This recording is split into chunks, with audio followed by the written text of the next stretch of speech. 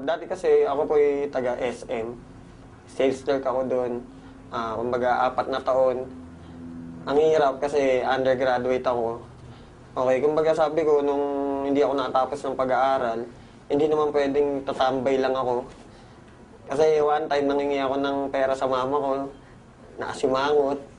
Parang ang hirap na everyday mangingi ka lang ng pera, wala kang source of income. So, nag-work ako sa SM. Kaya lang, parang napapansin ko, ang tagal na ng panahon, wala nagbabago sa akin. Dumating yung time na yung escalator na dinadaanan ko, yun lang lagi. 3 taon na, 4 na taon na, wala nagbabago. So, naghanap ako ng paraan, kumbaga paano magbago yung buhay ko. Naimbita ako ng kaibigan ko, si Philip J. Una, hindi ako naniniwala sa kanya.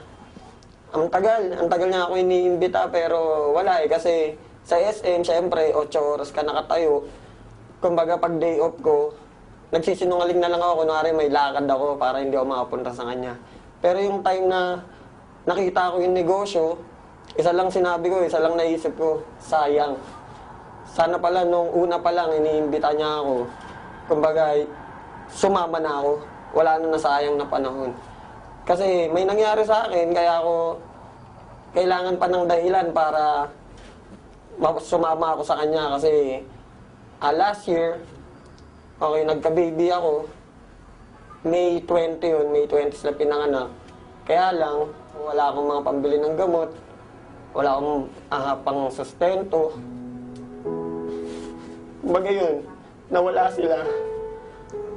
Okay, nawala sila May 20. Liding nila May 21, yan yung birthday ko. Kaya yung nangyari sa akin, iniimbitan niya na ako nung before. Hindi ako sumasama, pero nung nangyari yun, nawala yung 2 kong anak, kambal yun.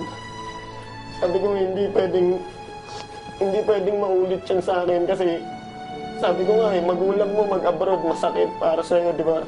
Anak mo pa kaya, ilibing mo sa araw ng kaarawan mo. Sobrang sakit. Sobrang pag naalala ko yun. Isa lang sinasabi ko, buti na lang ngayon, kaya ko na.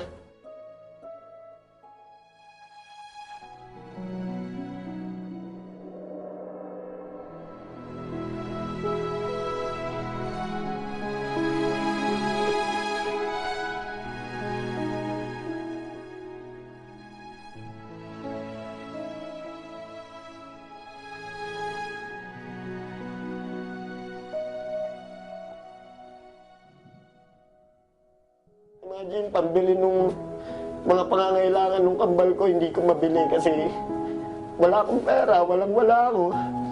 Kaya ngayon, nandito ako. Sabi ko, hindi na mauulit yun.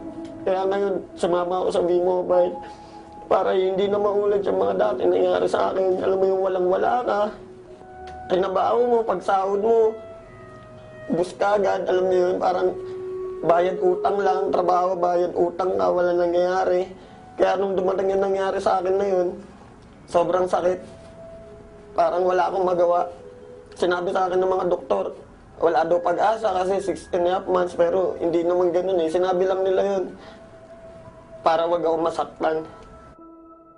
Ngayon, masasabi ko, umikot talaga yung buhay ko. Bawat minuto ng oras ko, bawat segundo, masasabi ko may kwenta na, may sense na. Okay, sa financial, napakalaki. Nabibili ko na yung mga gusto ko. Bata pa ako, naisip ko, ba't ang daming kotse, nakasakay ka sa bus? Ang daming sasakyan, pero bakit pamilya namin wala? Okay, so ngayon, dito sa V-Mobile, kayang-kaya na. Kumbaga, magbibilang ka lang ng ilang buwan. Gusto mo ulit bumili, kayang-kaya mo. Actually, sa buong pamilya ko, natutulungan ko na sila. Dati, mama ko manghiram lang sa akin ng 200. Bukas, sisingilin ko na. Kasi wala ka ng panggastos. Ngayon, bigyan mo 1,000, 2,000, wala na eh. Hindi mo na iisipin kasi laging papasok na yung income sa'yo. Yung father ko, sumali siya nung nakabili na ako ng kotse. Siyempre, mga tao, pati mga kaibigan ko, nung nakabili na ako ng kotse, doon na sila nagsisalian. Kaya lang, sumali nga sila, pero ang problema, yung time. Sana kung nagsisimula pa lang ako, naniwala na sila sa akin, di sana kasabay ko sila ngayon. Mga tao kasi, mga Pilipino, to see is to believe. Actually, magulang ko, ganun din eh. Nung sinabi ko sa kanila yung negosyo, inintay pa nila na magka-resulta ako. Ayaw pa nga ako pag-resignin ng mama ko sa SM kasi sayang daw yung 13th month. Ma-advise ko lang, magtiwala ka. Kasi yun lang naman ginawa ko. Nagtiwala lang talaga ako. Unang-una kasi pwede mo isipin na imposible. Pwede mo isipin na walang mangyayari sa'yo dito. Pero once na inisip mo yun, talagang wala. Isipin mo lang na kaya mo. Magtiwala ka sa mga taong nakapaligid sa'yo. Ako, sobrang laki ng papasalamat ko sa mga grupong nakapaligid sa akin. Techno Royal, Prestige, Triad, okay sila Martin, Elite. Okay kami dito kahit hindi kami magkaagrupo. Pamilya kami lahat. Nandyan sila, aalalay sila para sa'yo. Sobrang nagpapasalamat po ako sa V-Mobile. Kasi sa totoo lang, nung pag nagdadrive po ako ng kotse, ako lang isa iniisip ko, paano kaya kung wala ako sa V-Mobile?